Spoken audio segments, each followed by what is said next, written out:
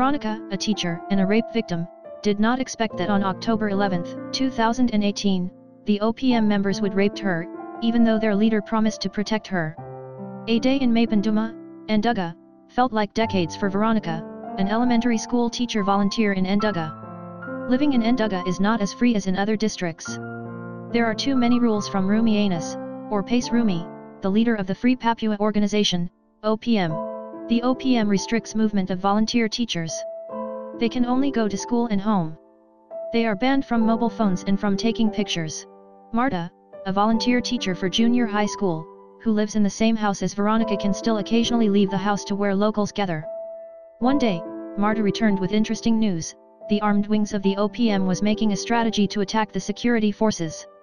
The West Papuan National Liberation Army, TPNPB, guerrillas from various districts came to Mapenduma. Occasionally, a particular sign resembling the sound of birds can be heard. "That's a war code," Marta whispered to Veronica. Veronica and Marta's house didn't have much distance with the airfield where the OPM army gather and train. The small house where Veronica and Marta resided also housed Hannah, a mother of two. The main door cannot be properly locked, people can open it easily from the outside. However, the principal of their school always sat not far from the house to ensure the safety of his subordinates.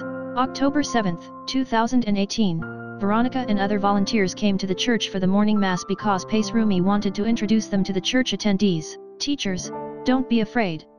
We will not harm teachers. We need teachers to educate West Papua's next generations. Our enemy is not the teachers but the security force," Pace Rumi said. October 11, 2018, the school principal returned home early, leaving the area where Veronica's house is. As the people in the house fell asleep, there were shouts and a bang on the main door. "Teacher, teacher, open the door." The atmosphere was tense. The women peeked out to see that their house was already surrounded by people carrying weapons. Scared of their life, Veronica, Marta, Hannah, and her two children gathered in a room to devise a plan. They assigned Marta to leave through the side door and seek help. Hannah, carrying one of her children, asked the besieging party, "Do you want coffee? You can make it yourself." The people surrounding the house only laughed. Soon, the generator who provided electricity to light the house went out. As the light went dimmer, Hannah could see at least 7 people entering her house. Hannah could only close her eyes, hug her two children, and cry out, "Our Lord Jesus, save us.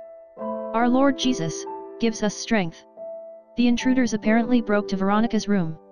She was trying to hinder them but they were much stronger. "I was raped," Veronica's voice trembled softly in Hannah's ear after all the intruders left. Hannah enveloped the crying Veronica in a tight hug. Her two children also came to hug the two while crying hysterically. Meanwhile, Marta couldn't move from her hiding spot when she spotted about 20 people surrounding the house. When she got the chance, Marta ran to the principal's house, up high on a hill. Upon listening to Marta's story, he could not help but cried, screamed, and cursed in frustration. "Get us out of here. We don't want to stay here anymore," Veronica cried in front of the principal. The principal then went straight to the head of the health center's house, who's originally from Mapenduma. Hearing the story, the man got angry and sad. The principal and the head of health center met church leaders. They agreed to evacuate the teachers to the head of the health center's house.